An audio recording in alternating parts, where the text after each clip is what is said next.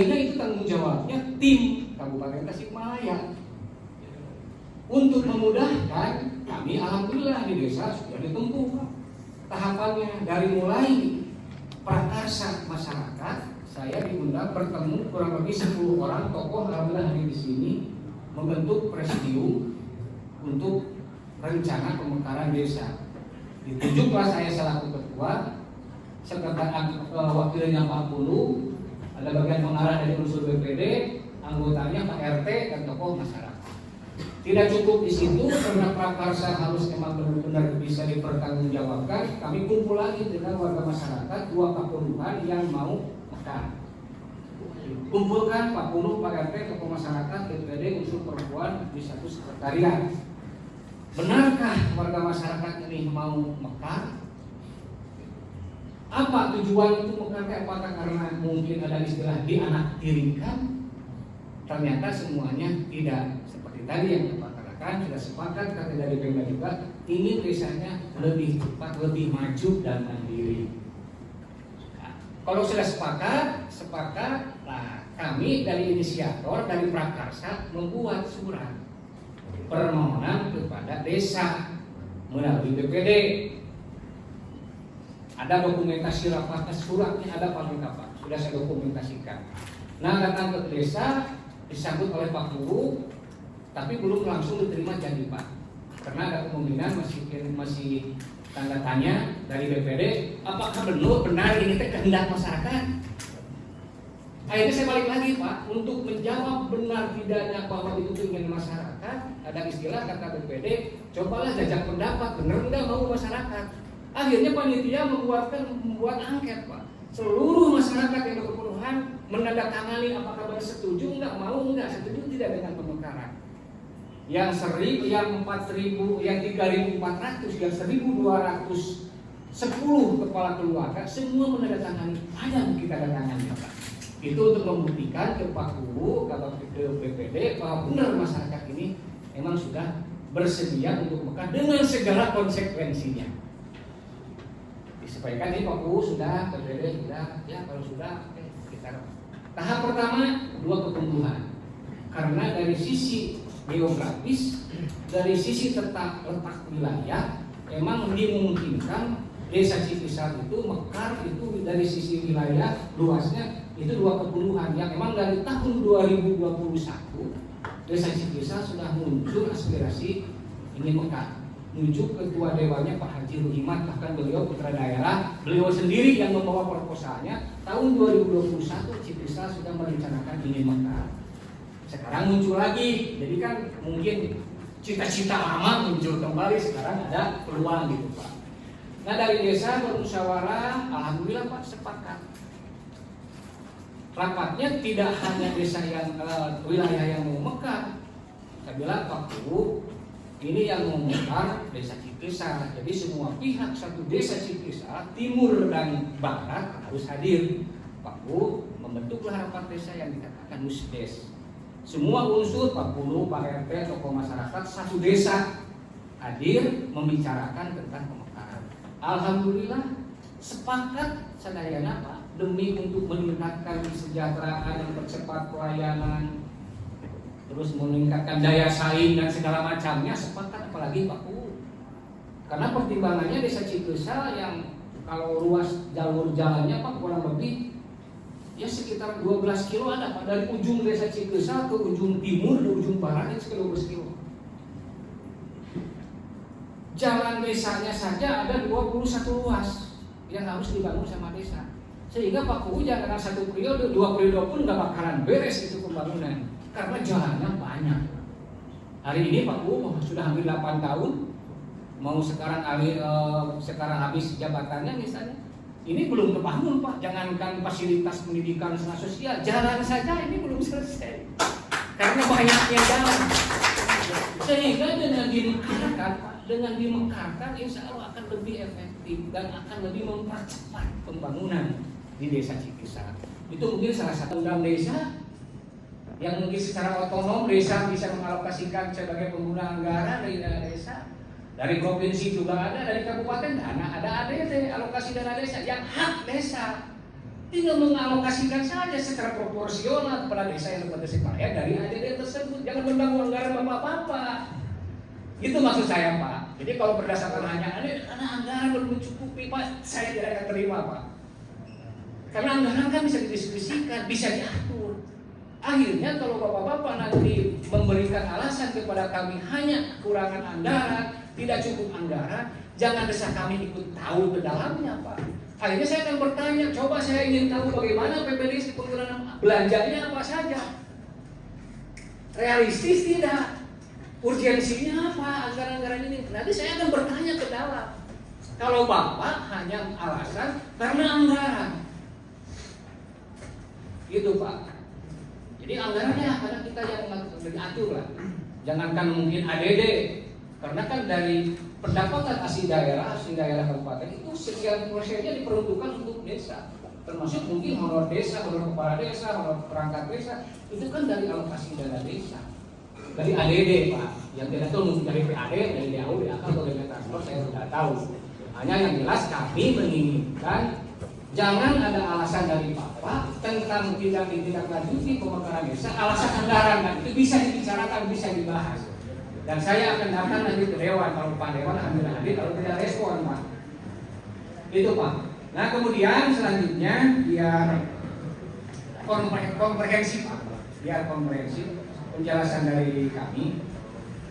Jadi ini pemekaran desa itu ada program usulan provinsi, ada usulan pusat, usulan provinsi, usulan kabupaten, usulan desa. Bakal sulit kalau usulan provinsi, manakala kabupaten tidak mau. Bakal sulit usulan kabupaten, manakala desa tidak mau. Tapi kalau desanya yang siap, kenapa kabupaten provinsi tidak merestui? Apalagi provinsi 2003 sudah menganjurkan untuk segera dimekarkan. Ini di tengah-tengah di kabupaten, Pak. Jadi itu, Pak. Makanya saya datang di sini kan udah audien 2 kali di sini. Udah, Pak, ini udah audien 2 surat, audien 1 kali, Pak, audien 1 kali. Ini mungkin karena alasan-alasannya masih normatif, Pak. Sementara kami di desa-desa lain, di kabupaten lain sudah kemana, Pak? Sudah jauh, Pak. Dan alasannya pengurangan anggaran lah dari pusat. Pemerintah perlu apa masyarakat detik kurangnya. Itunya mendengar mana, ilmu mana, aspirasi dan bakal menguntungkan dari sisi fiskal ke Kabupaten Tasikmalaya. Ada alasannya, oh nanti dulu ini moratorium belum dibuka. Oh berarti jadi simpulnya dia kabupaten orang Pemda, nah gapek, nah 1 tahun, nah gimana disumput, nah jangan beca, nah ditutup-tutupi, bahaya. Jadi undang-undang keterbukaan informasi publik nanti akan, karena mungkin Bapak yang tidak mensosialisasikan, tidak memberikan keterangan yang sejelas-jelasnya, yang transparan ke masyarakat, masyarakat kan bisa menurut. Bolehlah dinas itu. Kalau perlu panggil desa-desa yang memang siap mekar. Kalau memang persyaratan administrasi belum lengkap, cobalah lengkapi. Dan mungkin kewajiban dari dinas PMD untuk membina desa. Sampai saat ini mungkin kami hanya dikasih alasan ini administrasi desa lain yang belum lengkap. Dan saya juga belum tahu apakah desa yang dikasih surat yang usulkan itu masuk pada list yang 25 atau enggak. Bagusnya respon dari provinsi, oh ini dari provinsi ada 25 desa nih berdasarkan hasil analisis provinsi. Coba aja identifikasi dulu sebenarnya kalkulasi dan mengusulkan ke provinsi Jawa Barat.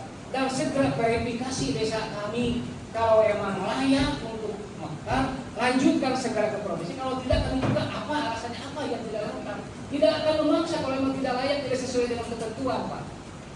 Jangan sampai oh nanti dulu mau tahu moratorium, oh ini anggarannya belum ada. Berbicara anggaran sementara verifikasi ke bentuk tim aja di kabupaten belum.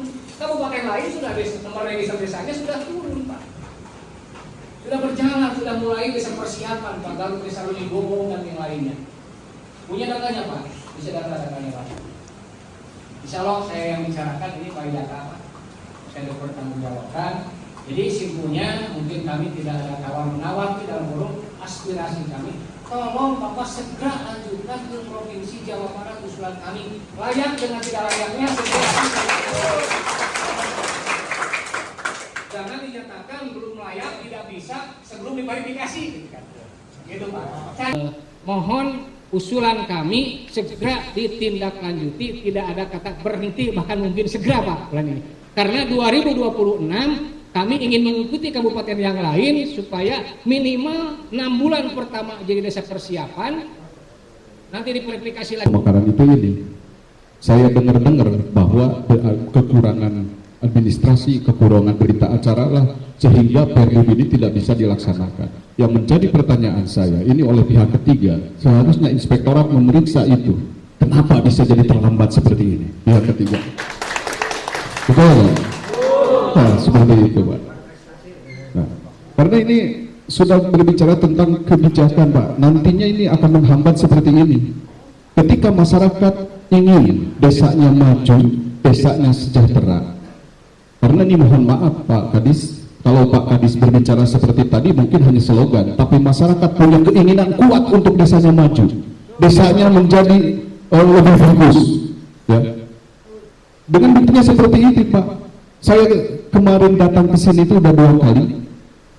Yang pertama kita ngobrol santai berbicara, yang jawabannya itu mohon maaf nih Pak, di luar nalar. Saya bukan orang dinas, saya masyarakat biasa. Tapi kalau orang dinas ngomongnya kayak begitu, kayak saya itu ini dinas itu tahu nggak pekerjaannya, itu kan seperti itu.